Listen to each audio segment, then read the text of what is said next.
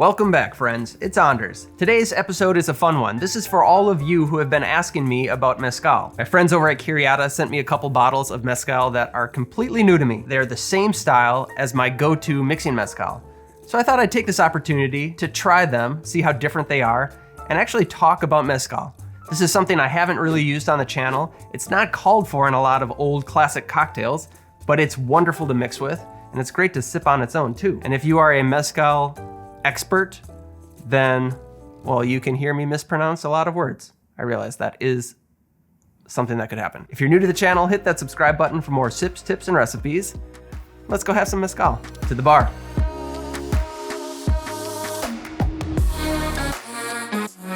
So, here we are, a few bottles of mezcal. I'm gonna do a quick overview and then we'll get into the tasting. About 10-12 years ago is when mezcal really got a foothold in the United States. Prior to that, I thought mezcal was just cheap tequila with a worm in it, which I later learned was actually not even a worm. That is a moth larva that lives on the agave plant. Where that idea came from, I believe, was a marketing ploy from the 1940s or 50s, and you still find mezcals with worms at the bottom. Larvae.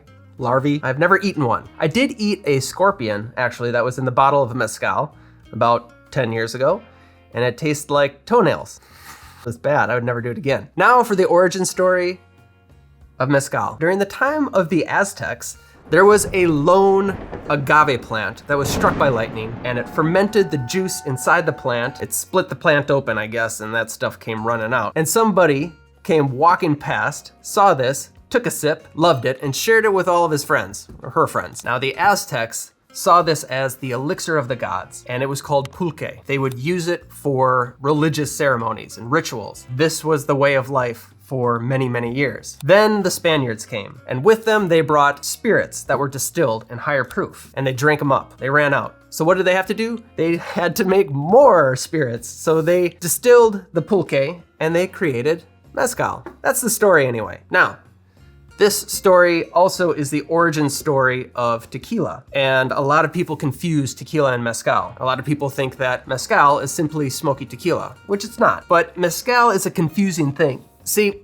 mezcal is a category of agave spirits that tequila falls under, and it wasn't until the 1990s, 1994, that they decided to make mezcal its own spirit. So it's a category of spirits, but it's also its own thing. So all tequilas are a mezcal, but not all mezcals are tequila. Doing research for this video, I got even more confused because there was conflicting information out there. Different articles said different things. And even today, the certification process of mezcal is changing. So if you find mezcal confusing, you're not alone. The process of making mezcal is actually very traditional. It starts with the agave plant, and they cut off all of the leaves and they expose what is called the piña. It actually looks like a giant pineapple. And they roast them in underground pit ovens. So they dig a hole and they fill it with hot rocks or coals, throw in all of these piñas, and then cover it with dirt. And they roast them for days.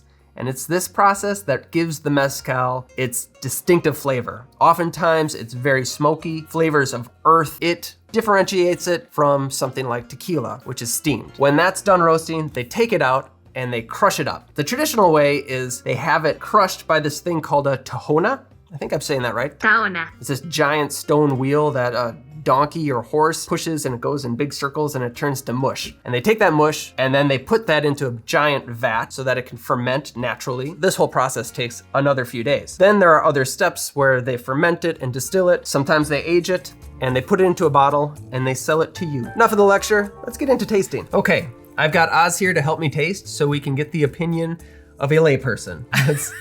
That's my job. The normie. I'm the designated normal person. Let me introduce the bottles first and then we'll dive right in. First one is Del Maguey Vida. Then we're gonna be tasting this one, Corte Vetusto, and this one, Tileño. If you wanna try any of these bottles for yourself, be sure to check out my collection over at Curiada. There you can purchase any of these and they will send them straight to you.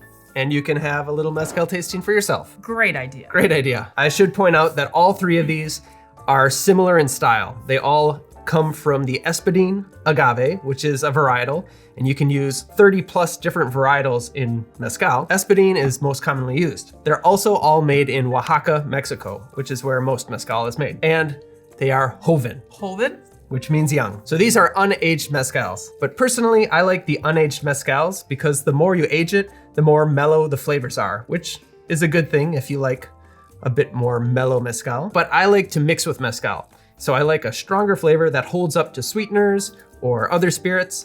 And I really just love the flavor of mezcal. I'm excited to taste them. Let's pour these. Let's do it. All right. I'm gonna start with the Del Maguey. Del Maguey means agave. This is actually my go-to mezcal. I've used it on the channel once or twice, and I wanted to use it as a baseline to compare the other two mezcals with. Any true mezcal aficionado will tell you you're not supposed to shoot mezcal. You're supposed to kiss it, which is when you purse your lips and you just take small sips.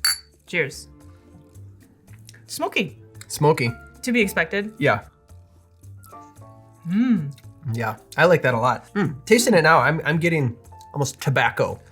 Like getting notes that I would find in a whiskey. It has a touch of a roundness to it. There is actually a sweetness, I would say. Right? Just a little bit. I think it's really nice. This is kind of strange, but I'm saying this not because it's bad. I really like this mezcal actually, but it has that sort of dentist office taste. I think I see what you're saying. Like that Band-Aid taste you get from, certain scotches. An Isla Scotch. Yeah. And I think that if you are a fan of Isla Scotch, you may like something like this. Now, the smoke is imparted in a completely different way when it comes to the two. So, what do we think? Good? Like it? I know I like it. I've used this one. I like it. I think this is a great mixing mezcal, and I do like it on its own too. Move on to the next. On to the next. Bottle number 2, Corte Vetusto.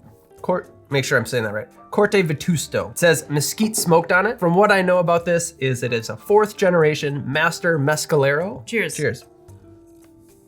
Super different smelling. I think I get more smoke on the Vida actually. What am I smelling?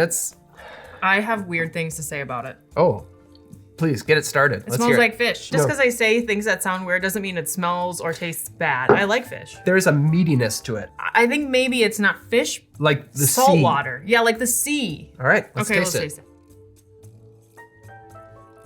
it. I taste the saltiness. This one is saltier. You could smell salt. That's nice. I don't know if that's real. There is a briny element to it. Like saline. It's a different kind of smoke. It's more like you would find in a barbecue, or I taste ham. And the Vida, in comparison, is more like a campfire smoke. Well, shall we move on to the next one? Let's move on. The final bottle. Tileño Espadín.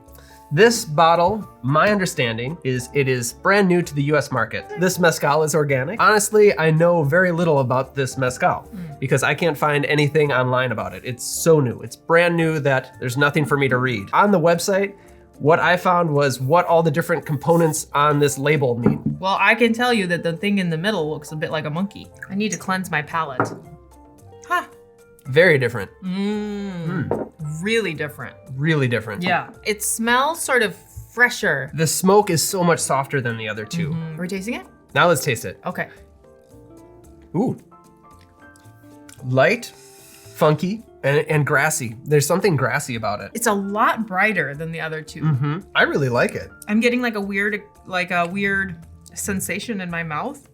I don't know how to describe that in a fancy way. It also feels lighter. Yeah, there's less weight. There's less weight. I think the Vida had the most weight to it. Yeah, there's a brightness, almost like a tartness. Another thing I smell is a kind of paint, like a can of paint. Is that weird? I should point out, Oz has a much better nose than I do. Anders can't breathe out of one of his nostrils. That's true. Because he broke it playing football in high school. Is that right? That's true. And I never got it fixed. And I cannot breathe out of this nostril. All 3 of these are great. All right. They all taste so differently. I like them all. The one that I keep coming back to though is this Tileño. What I think was fun to illustrate here is all 3 of these made in the same region of Mexico, made from the same agave varietal, all unaged. They all differ so much. That's just within one little pocket of mezcal. Imagine the whole spectrum of mezcal, how many different bottles are out there. Thank you for watching. Like and subscribe. Hit that notification bell if you haven't already. And we will see you next time. Goodbye. Cheers. Cheers.